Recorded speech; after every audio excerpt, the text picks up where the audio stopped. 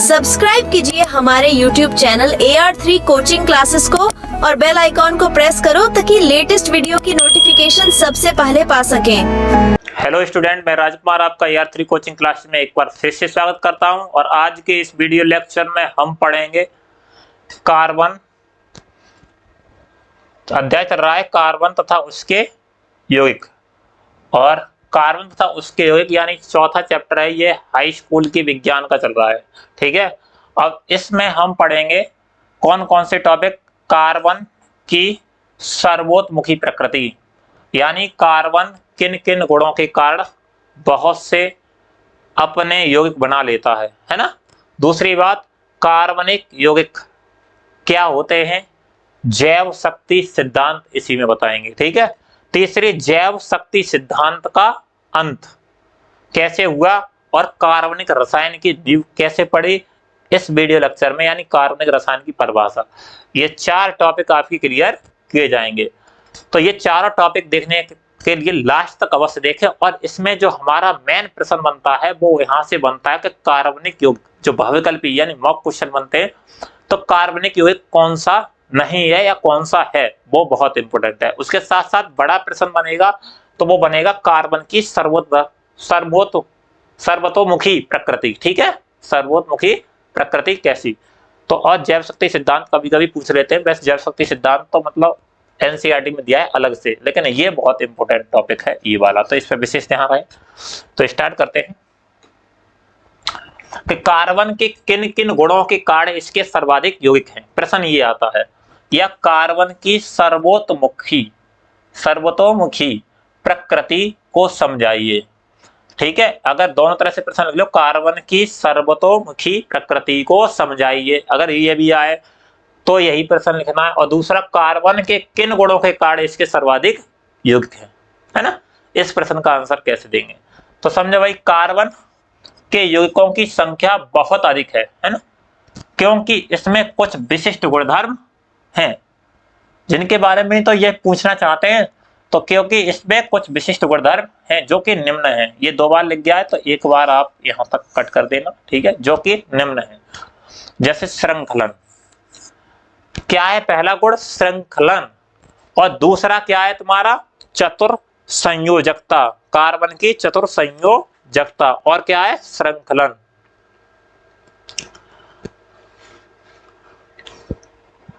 तो श्रृंखलन, चतुर संयोजकता यानी, और तीसरा है समावयवता। इन तीन गुणों के कारण कार्बन चतुर संयोजकता और श्रृंखलन दर्शाता है। तो श्रृंखलन पहला गुण है। दूसरा कौन सा है, चतुर्संहिता। कार्बन की संख्या कितनी होती है, 4 होती है, इस कारण बहुत से यौगिक बना लेता है। और चौथी कोई है, वो तीसरी है आइसोमेर यानी समावयव। समावयवता की जगह पर आप रखना, समावयवता की जगह पर एक गुण करेंगे, तीसरा गुण। समावयवता नहीं है, समावयवता नहीं, बहुल बंध प्रकृति है ना, ये कर लेना भाई, थोड़ी इसमें मिस्टेक कर ली उसने। बहुल बंध बनाने की प्रकृति, बनाने की प्रकृति, यानी कि बहुत सारे बंध बनाने की इसमें प्रकृति है। तो ये समावयवता बढ़ाना, श्रृंखलन, चतुर्संहिता, बहुल बंध बनाने की प्रकृति, ये तीन गुण पाए जाते हैं जिसके कारण कार्बन क्या करता है, जिसके कारण कार्बन बहुत सारे यौगिक बना लेता है। तो स्टार्ट करते हैं। पहला, श्रृंखलन। श्रृंखलन में क्या होता है कि कार्बन परमाणु सहसंयोजी आबंध द्वारा, कौन से, कोवलेंट बॉन्ड्स द्वारा कार्बन परमाणुओं की एक लंबी श्रृंखला बना सकते हैं। किसके कारण, सहसंयोजी आबंधों के द्वारा कार्बन परमाणु की एक लंबी श्रृंखला बना लेते हैं। और कार्बन के इस गुण को क्या कहते हैं, श्रृंखलन कहते हैं। कार्बन के इस गुण को क्या कहते हैं, श्रृंखलन कहते हैं, जिसमें बड़ी संख्या में अणु बनते हैं। बड़ी संख्या में अणु बनते हैं क्योंकि कार्बन की वैलेंसी बेटा 4 होती है, और 4 होती है तो कार्बन क्या है, बहुत बड़ी श्रृंखलाएं बना सकता है। इस तरह से जुड़ता चला जाता है ना, और इस तरह से जुड़ता चला जाता है। ये कार्बन की श्रृंखला है, जुड़ रहा है। अब मैं यहाँ भी जोड़ सकता हूँ इसको इस तरह से, यहाँ भी जोड़ सकता हूँ इस तरह से, और यहाँ भी जोड़ता हूँ इस तरह से। पर मुझे कार्बन की संख्या 4 दिखानी है। उस हिसाब से मैं कितनी भी बड़ी लंबी से लंबी श्रृंखला बना सकता हूँ। और जब लंबी से लंबी श्रृंखला कितने भी कार्बन आपस में जोड़ करके लंबी से लंबी श्रृंखला बनाएंगे तो उसके यौगिक बनते ही चले जाएंगे। तो कह रहे हैं कि ना कार्बन के इस गुण को श्रृंखला कहते हैं जिसमें बड़ी संख्या में अणु बनते हैं और कार्बनिक यौगिकों में कार्बन की लंबी श्रृंखला यानी लॉन्गेस्ट चेन शाखाओं वाली। तो देखो मैं ये बात कर रहा हूँ ये शाखा वाली, ये ब्रांच वाली के तो मैं इस तरह से दिखा दूं अगर आपकी समझ में आ रहा हो, CH3 CH2 CH2, ठीक है। ये मैं अभी सिंपल बना रहा हूँ, ठीक है, CH2 और CH2 और CH3। ये क्या है, सिर्फ लॉन्गेस्ट यानी नॉर्मल चेन है। ये कैसी है, नॉर्मल चेन यानी सिंपल चेन है, नॉर्मल श्रृंखला, ठीक है। और दूसरी बात करें हम तो दूसरी शाखा वाली भी हो सकती है यानी ब्रांच्ड, CH3 CH नीचे CH3 CH2 और ये CH3 CH2 CH2 और CH3। यहां पर देख रहे हो ये शाखा लटकी हुई है ना, नॉर्मल चेन के शाखाएं लगी हुई हैं तो ब्रांच्ड। तो ये दूसरी प्रकार की कैसी है, ब्रांच्ड चेन है क्योंकि इसमें शाखा है। शाखा मतलब ये रही शाखा, साइड चेन है, ठीक है। तो लंबी श्रृंखला वाली, शाखाओं वाली श्रृंखला या बलयों वाली, अब कह दिए लंबी शाखाओं वाली श्रृंखला और फिर बलयों रिंग के रूप में। तो बलय किस तरह की होती है, इसको मिटा दें।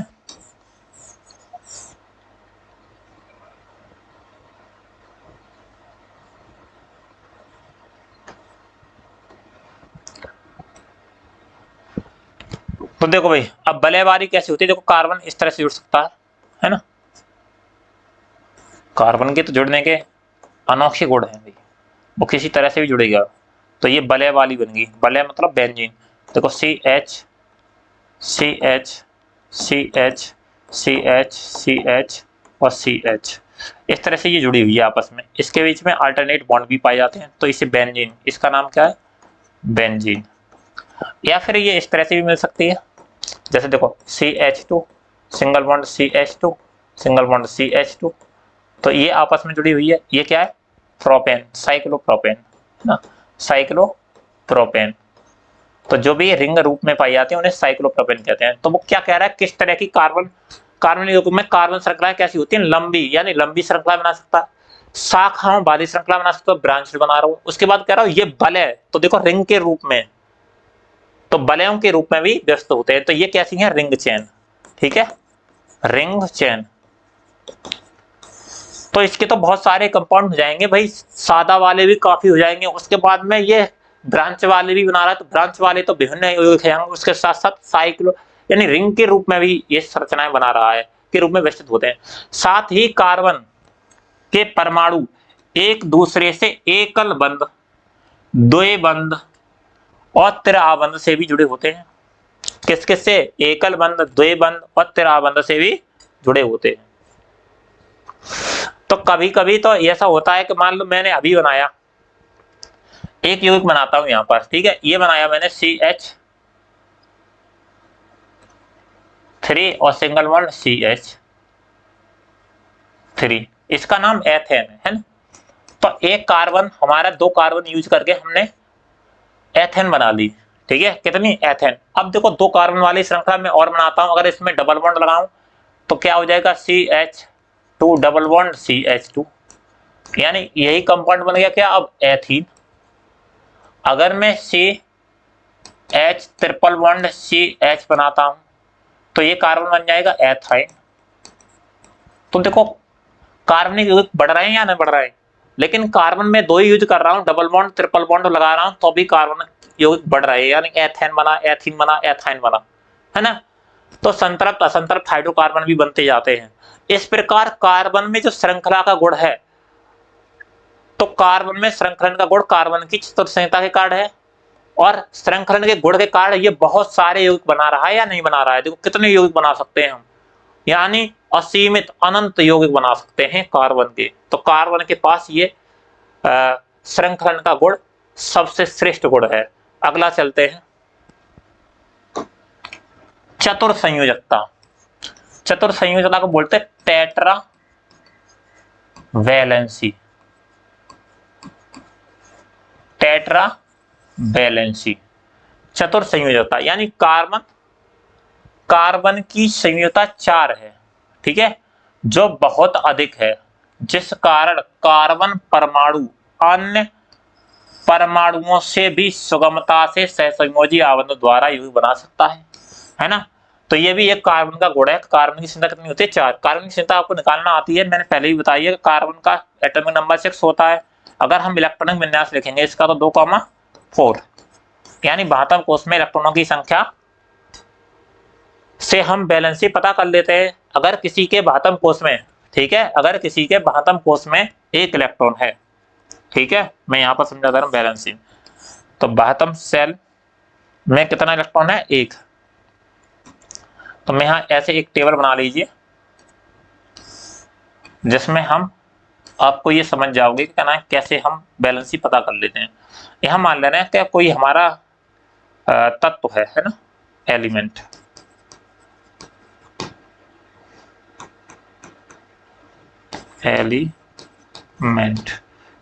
तो एलिमेंट को ले ले रहे हैं, जैसे मतलब हाइड्रोजन है, ठीक है, हीलियम है, लिथियम है, बेरिलियम है, बोरॉन है, कार्बन है, नाइट्रोजन है, ऑक्सीजन तक ही ले ले, ठीक है।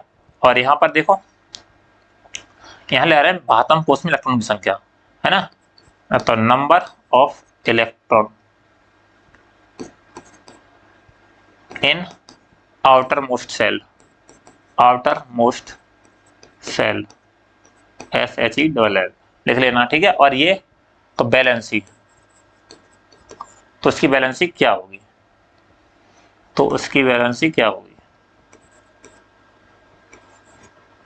तो देखते हैं। हाइड्रोजन के पास तो 1 ही इलेक्ट्रॉन है और 72 कोष में भी 1 ही इलेक्ट्रॉन होगा, तो 72 कोष में 1 इलेक्ट्रॉन, तो बैलेंसी भी 1।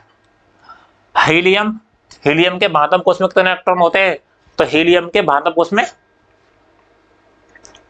2 इलेक्ट्रॉन, और वैसे भी परमाणु क्रमांक इसका 2 ही है ना, इसका 1 है, लिख दे रहा हूं, इसका 2 है, इसका 3, 4, 5, 6, 7, 8, तो इसका कितना हो जाएगा? 2। तो अगर मैं देखो इसका अष्टक पूर्ण हो जाता है, तो हीलियम की बैलेंसी को तो छोड़ दे रहे हैं, या 0 होती है, क्योंकि अष्टक जिसका जितने पे पूर्ण हो जाता है तो उसकी बैलेंसी 0 होती है। तो हीलियम की बैलेंसी 0 है, क्योंकि उसका अष्टक नहीं होता है, सिर्फ डुप्लेट होता है, यानी ऑक्टेट नहीं होता है, डुप्लेट होता है। तो डुप्लेट होता है तो 2 पे ही अपना पूर्ण कर लेती है, उसे 2 के बाद ज्यादा इलेक्ट्रॉन की जरूरत नहीं, इसलिए इसकी बैलेंसी 0। अब यहाँ से आ जाए लिथियम, तो लिथियम के 72 कोष में कितने इलेक्ट्रॉन? देखो 3 है इसका, तो 3 है तो 2, ऐसे लिख ले रहा हूँ, 2, चूंकि 2 पे पूर्ण हो गया है 1, 1, तो इसके 72 कोष में 1, तो बैलेंसी 1। बेरिलियम का कितना होता है? 4, तो 2, 2, तो 72 कोष में 2 इलेक्ट्रॉन, तो बैलेंसी 2। और इसका देखे बोरॉन कितना? 2, 3, तो 72 कोष में कितने इलेक्ट्रॉन? 3, तो बैलेंसी 3। कार्बन 2, 4, तो 72 कोष में इलेक्ट्रॉनों की संख्या 4, तो बैलेंसी 4। अब आगे नाइट्रोजन 2, 7 है, तो कितने आए? 5, तो 72 कोष में इलेक्ट्रॉनों की संख्या 5, तो बैलेंसी 5 नहीं, बैलेंसी 5 नहीं। अब अगर 72 कोष में इलेक्ट्रॉनों की संख्या 1, 2, 3, 4 तक मिल रही है तो उसकी बैलेंसी 1, 2, 3, 4 ही होगी, ठीक है। अगर 72 कोष में इलेक्ट्रॉनों की संख्या 4 से ऊपर है तो उसे 8 में से घटाकर प्राप्त करेंगे, 8 में से, क्योंकि ऑक्टेट रूल है। तो देखो 8 में से 5 कितने बचे? 3, तो इसलिए नाइट्रोजन की बैलेंसी कितनी? 3। ऑक्सीजन की बैलेंसी पता करोगे तो ऑक्सीजन की बैलेंसी पता करोगे तो ऑक्सीजन के 72 कोष में इलेक्ट्रॉन, तो 2, 6, तो 8 में से 6 घटाए तो कितने बचे? बताओ भाई, 8 में से 6 घटाए कितने बचे? 2।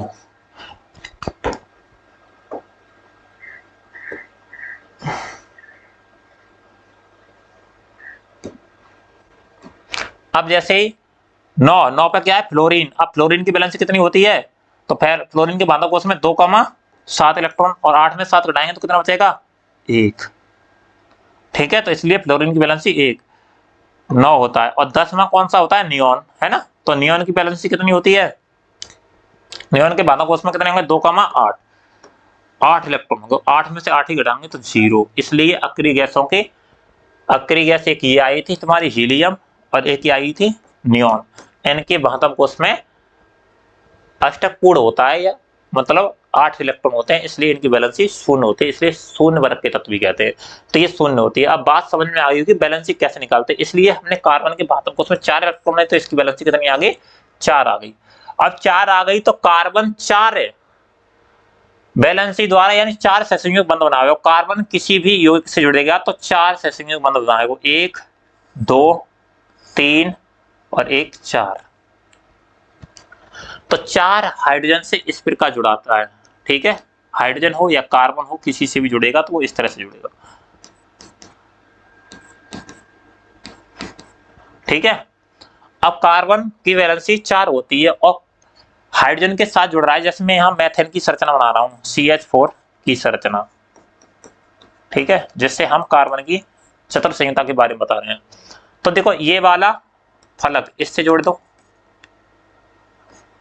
और ये वाला यहाँ जोड़ दीजिए और ये वाला यहाँ जोड़ दीजिए, ठीक है। और ये जो आएगा तुम्हारा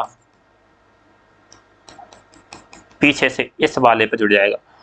ये जो दिख रहे हो तुम्हें, तो ये कार्बन इस तरह से दर्शाता है। और इन दोनों के मध्य जो कोण का होता है वो 109 डिग्री 28 मिनट का होता है, 109 डिग्री 28 मिनट का होता है।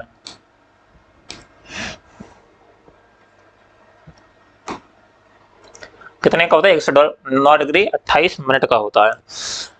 तो देखो कार्बन में ये मैंने इस तरह से, इसको ऐसे भी लिख सकते हैं हम कार्बन को 1 2 3 4, ठीक है।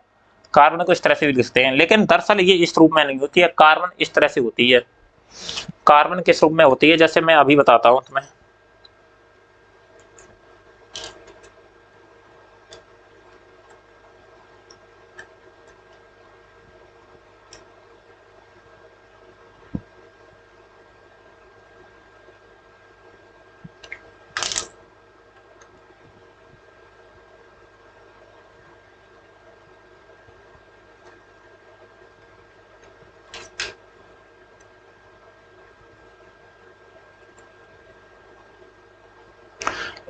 तो कार्बन इस तरह से होती है चतुर्थ संयुग्मता। देखो मैं जिधर से भी घुमाऊंगा इस तरह से, यानी ये अगर मैं देख रहा हूं, देखो मैंने ये संरचना बनाई है आपकी, है ना। तो ये संरचना बनाई है जिसमें देखो एक पीछे की ओर दिखाई दे रहा है ये वाला, तो मैंने ये इधर बनाया है तुम्हारे लिए छोटा। जैसे समझो कि ये ऊपर को है और ये इधर है और ये इधर है, तो एक ये बोर्ड के जस्ट भीतर की ओर, ठीक है। तो इस तरह से ये बॉन्ड बनाती है कार्बन। तो कार्बन की चतुर्थ संयुग्मता होती है, आपकी समझ आया। कार्बन 4 संयुग्मता रखती है, इसलिए ये क्या करता है, बहुत सारे यौगिक बना देती है, सहसंयोजक बंध बना करके बहुत सारे कंपाउंड बनाती है कार्बनिक यौगिक। दूसरी बात करते हैं,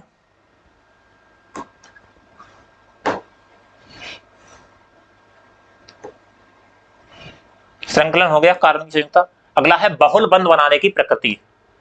इसमें एक चीज और होती है, ये बहुत सारे बंध बनाती है ना। तो बहुल बंध बनाने की प्रकृति तो कह रहा है कि कार्बन परमाणु के छोटे आकार के कारण इसमें बहुल बंध यानी द्विबंध, है ना, या त्रिबंध बनाने की प्रबल प्रवृत्ति होती है। और यह स्वयं से या अन्य तत्वों से, ऑक्सीजन से भी, नाइट्रोजन से भी, सल्फर से इत्यादि से एक या अधिक इलेक्ट्रॉन युग्म के साये द्वारा कार्बन बंध बना सकते हैं, जिसके फलस्वरूप यह विभिन्न प्रकार के यौगिक बनाता है जो अपवाद स्वरूप स्थायी होते हैं। कैसे होते हैं, स्थायी। जैसे मैं अब एक उदाहरण ले रहा हूँ, कार्बन कैसे बहुत सारे बहुल बंध बनाता है। देखो कार्बन की CH3CH2 है ना, और CH3 में एक ले रहा हूँ, ठीक है। एक यौगिक है जिसका नाम क्या है, ये प्रोपेन, ठीक है। बाद में सीख जाओगे कि इसका नाम कैसे है, प्रोपेन। 3 कार्बन वाले यौगिक को प्रोपेन बोलते हैं, सभी सिंगल बॉन्ड से जुड़े हुए हैं। अब देखो इसको कैसे बनाऊं, प्रोपेन से मैं अगर यहां पर डबल बॉन्ड लगा दूं,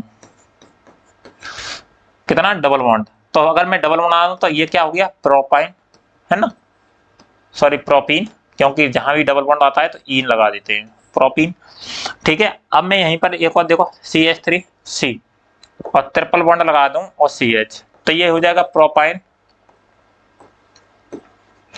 अब देखो मैं इसी की जगह पर यहां पर इसी में CH3 कार्बन 3 ही ले रहे हैं और CH2 और CH2 और Cl लगा दूं, तो इसका नाम क्या जाएगा, क्लोरो प्रोपेन हो गया ना, क्लोरो प्रोपेन। इस तरह से अगर Br लगा दूं तो ब्रोमोप्रोपेन, और NO2 लगा दूं तो और कुछ। इस तरह से मेरे कंपाउंड सिर्फ प्रोपेन के ही बनते रहेंगे, है ना, बहुत सारे कंपाउंड बन जाएंगे। तो ये बहुल बंध बनाने की प्रवृत्ति है, क्योंकि ये बहुत सारे बंध बनाती है, इसलिए क्या करती है, double bond, triple bond, single bond भी बना लेती है, जिस कारण ये बहुत सारे यौगिक बना लेती है। ऑक्सीजन के साथ भी जुड़ जाए, कार्बन डाइऑक्साइड के साथ भी जुड़ जाए, नाइट्रोजन के साथ, सॉरी कार्बन नहीं, नाइट्रोजन के साथ जुड़ जाए, सल्फर के साथ जुड़ जाए, इन सब के साथ जुड़ करके ये विभिन्न प्रकार के कंपाउंड बनाती है, इसलिए कार्बन की सर्वतोमुखी प्रकृति होती है। तो इस प्रश्न का जवाब आपको समझ में आ गया होगा। अब हम नेक्स्ट टॉपिक पर बात करते हैं कि कार्बनिक यौगिक क्या होते हैं। तो कार्बनिक यौगिक के बारे में लिख लीजिए और स्टार बना लो, चाहे इंपोर्टेंट की श्रेणी में लिख लो, और यहाँ से बहुविकल्पी प्रश्न आपको जब आप सेट लगाओगे तो उसमें मालूम पड़ जाएंगे। कार्बनिक यौगिक क्या होता है, तो कार्बन के ऑक्साइड, सुन लीजिए भाई, कार्बन के ऑक्साइड और कार्बोनेट, ऑक्साइड होंगे तो कार्बन के इस तरह से मिलेंगे, जैसे CO2 है कार्बन का ऑक्साइड। कार्बोनेट क्या होते हैं, CO3, है ना, CO3 कार्बोनेट जुड़ा हुआ, और हाइड्रोजन कार्बोनेट क्या होते हैं, HCO3, इस पर एक ऋणायन होता है, इस पर दो ऋणायन होते हैं। लवण को छोड़कर, इनके जो लवण होंगे, ठीक है, इनके लवण होंगे को छोड़कर कार्बन के सभी यौगिक कार्बनिक यौगिक कहलाते हैं। मोस्ट इंपोर्टेंट लाइन है, बहुविकल्पी बहुत बार पूछ लिया गया है, ठीक है, बहुविकल्पी कई बार पूछ लिया गया है। तो कह रहा कार्बन के ऑक्साइड, जैसे कार्बन का कोई भी ऑक्साइड है तो उसको छोड़ दो, है ना, जैसे CO2 है, ऐसे कार्बोनेट्स, तो कार्बोनेट्स के जो भी लवण होंगे, जैसे हम कहते हैं सोडियम कार्बोनेट तो Na2CO3, है ना, ऐसे ही मैं जहां बोल सकता हूं सोडियम बाइकार्बोनेट NaHCO3। अगर ये हैं, अब यहाँ ऋणायन नहीं होगा, ठीक है, अगर ये हैं इनके लवण, जैसे ये Na2CO3 और NaHCO3 और CO2, ठीक है, तो इनके साथ ये कार्बनिक यौगिक नहीं माने जाएंगे, ठीक है, क्यों नहीं माने जाएंगे, को छोड़कर कार्बन, इनको छोड़ दीजिए, और उनके बाद जो भी होंगे वो क्या होंगे, कार्बनिक यौगिक होंगे, ठीक है। तो क्या बात करी, ऑक्साइड कार्बन के कार्बोनेट्स होंगे, हाइड्रोजन कार्बोनेट के लवणों को छोड़कर के क्या, कार्बन के सभी यौगिक कार्बनिक यौगिक कहलाएंगे। बात समझ में आ गई। अगली बात देखें, फ्रांसीसी वैज्ञानिक, तो कार्बनिक यौगिक समझ में आ गए होंगे। जैसे देखो यहाँ पर उदाहरण भी ले सकते हो, जैसे मैथेन, है ना, मैथेन CH4, एथेन तो C2H6, है ना, एसिटिलीन CH2,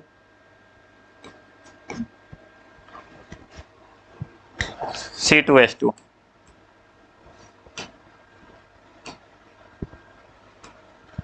C2H2, ये आधे, जब ये सब कार्बन, इनमें सब में कार्बन पाई जा रही है और कार्बन पाई जा रही है, तो ये कार्बनिक यौगिक है।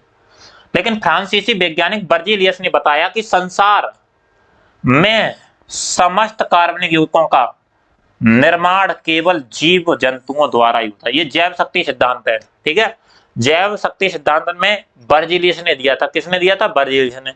और इन्होंने कहा कि संसार के समस्त व्यक्ति, समस्त जीव, चाहे तो वो पेड़ पौधे हों, चाहे जानवर हों या पशु, वो किससे मिलकर बने होंगे, सिर्फ कार्बनिक यौगिकों से के निर्माण, कार्बनिक यौगिकों का निर्माण केवल जीव जंतुओं द्वारा ही होता है। ये बताया था कि जो बर्जीलियस थे, उन्होंने बताया तो कार्बनिक यौगिक सिर्फ किसमें पाए जाएंगे, जीव जंतु में, इस बात को कह रहे हैं, या समस्त कार्बनिक यौगिकों का निर्माण केवल जीव जंतुओं से हुआ है। किससे हुआ है, जीव जंतुओं द्वारा या पेड़ पौधों द्वारा। अर्थात जैव जगत ही कार्बनिक पदार्थों का प्राप्त करने का एकमात्र साधन है। यानी चाहे तो हम कार्बनिक को प्राप्त करें तो पेड़ पौधों से प्राप्त कर लें, या फिर हम किससे कर लें, जीव जंतुओं से कर लें। ये बात किसने दी, बर्जीलियस ने। अथवा कार्बनिक यौगिकों के निर्माण के लिए जैव शक्ति की उपस्थिति अनिवार्य है। उन्होंने कहा कि एक विशेष प्रकार की शक्ति पाई जाती है, जिसे वाइटल पावर बोलते हैं या जैव शक्ति बोलते हैं, ठीक है। तो वो सिर्फ किन में पाई जाती है, जीव जंतुओं में ही पाई जाती है। बर्जीलियस की इस अवधारणा को बर्जीलियस का जैव शक्ति सिद्धांत कहते हैं। बर्जीलियस ने जो अवधारणा दी उसे बर्जीलियस का जैव शक्ति सिद्धांत कहते हैं। अगर आ जाए तो बर्जीलियस के अनुसार कि जितने भी कार्बनिक यौगिकों के निर्माण के लिए जीव जंतु, तो बर्जीलियस के अनुसार एक लाइन लिखना, ज्यादा मत लिखना, ठीक है। फ्रांसीसी वैज्ञानिक बर्जीलियस ने बताया कि संसार में समस्त कार्बनिक यौगिकों का निर्माण जीव जंतुओं द्वारा हुआ है और इस सिद्धांत को जैव शक्ति सिद्धांत कहा गया। इतनी बात आप लिखे ना, ज्यादा मत लिखना, ठीक है। लेकिन भी ये आता नहीं, बहुत कम आता है। जैव शक्ति सिद्धांत का अंत कैसे हुआ? क्योंकि ये कार्बनिक रसायन का प्रारंभ है या इंट्रोडक्शन है, तो ये आता ही नहीं है एग्जाम में, कभी भी नहीं आता। जो मैं टॉपिक बताऊंगा उनको याद करना, ये सिर्फ समझ लीजिए बहुविकल्पी प्रश्न आ जाते हैं।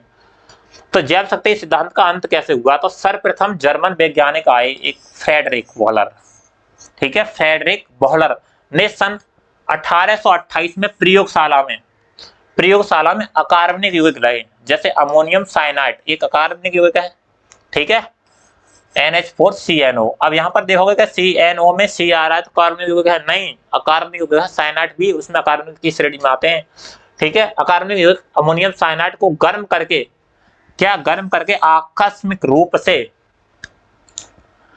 यूरिया नामक यौगिक प्राप्त कर लिया। तो पूछा जाता है कि यूरिया की खोज किसने की, या यूरिया को किसने प्राप्त किया? प्रयोगशाला में वॉलर ने। किससे किया था? अकार्बनिक यौगिकों से। और इनकी खोज की थी किन्होंने? फ्रेडरिक ने। तो देखो ये लिया तुमने, उसने क्या लिया था? इसे बोलेंगे अमोनियम सल्फेट, है ना, अमोनियम सल्फेट, देख लेना भाई। और ये तुम्हारा है KCNO, ठीक है। तो ये KCN पोटेशियम साइनेट लिया और इन दोनों की अभिक्रिया कराई। तो इनकी दोनों की अभिक्रिया कराने पर क्या प्राप्त हुआ? NH4 ये है, और ये किसके साथ जुड़ जाएगा? K। देखो इस तरह से जुड़ा ये, तो बना क्या? सॉरी गड़बड़ हो गई। K के साथ जुड़ेगा ये K2SO4 निकलेगा। क्या निकलेगा? देखो K2SO4 यानी पोटेशियम सल्फेट, है ना, पोटेशियम सल्फेट। लेकिन बचा क्या? NH4 का होल ट्वाइस यानी 2NH4, और क्या बचा? CNO, तो 2NH4CNO प्राप्त हुआ, अमोनियम साइनेट। अब अमोनियम साइनेट को क्या किया उसने? फिर से गर्म किया। जब गर्म किया अमोनियम साइनेट को, तो उसे क्या प्राप्त हुआ? यूरिया का सूत्र क्या होता? NH2CONH2। याद करने की ट्रिक, यूरिया के सूत्र को NH2 और बीच में कर दो O। ये कभी नहीं भूलोगे, इस तरह से याद रखोगे तो NH2 और बीच में कर दो O, यानी क्या है? यूरिया का सूत्र याद हो गया, है ना। तो NH2NH2C, तो NH2CO NH2 यूरिया प्राप्त किसने किया था? फ्रेडरिक ने प्रयोगशाला में। किससे प्राप्त किया था? अकार्बनिक यौगिकों से। किससे प्राप्त किया था? अकार्बनिक यौगिकों से। तो अकार्बनिक यौगिकों से जब यूरिया उसने प्राप्त कर लिया, तो इससे यह सिद्ध हो गया कि भाई कार्बनिक यौगिकों का निर्माण सिर्फ जीव जंतुओं से ही नहीं होता है, अकार्बनिक पदार्थों से ही निर्माण होता है। तो ये बात उसकी जैव शक्ति सिद्धांत की जो बर्जीलियस ने बताई थी कि उन्हें सिर्फ जीव जंतुओं द्वारा ही निर्माण कर सकते, वो गलत हो गई, क्योंकि उसने तो अकार्बनिक पदार्थों से प्राप्त करके दिखा दिया, जो कि किसमें? जीव जंतुओं में पाए नहीं जाते हैं। तत्पश्चात अनेक वैज्ञानिकों ने अन्य कार्बनिक यौगिकों का प्रयोगशाला में निर्माण किया। इसके बाद भी कुछ वैज्ञानिक आए, जैसे कॉल्वे ने 1845 में एसिटिक अम्ल यानी CH3COOH, जिसे छिरका कहते हैं, ठीक है, का निर्माण का संश्लेषण उसके तत्वों से किया। बर्थलो ने 1856 में मेथेन का संश्लेषण कर दिया। इस प्रकार बिना किसी जैव शक्ति की उपस्थिति के कार्बनिक यौगिकों का निर्माण के कारण जैव शक्ति सिद्धांत का अंत हो गया कि अब तो भैया कोई ऐसी जैव शक्ति है ना जिससे ही हम कार्बनिक यौगिकों का निर्माण सिर्फ जीव जंतुओं से ही कर सकते हैं। इस प्रकार इसका क्या हो गया? बर्जीलियस के जैव शक्ति सिद्धांत का अंत हो गया।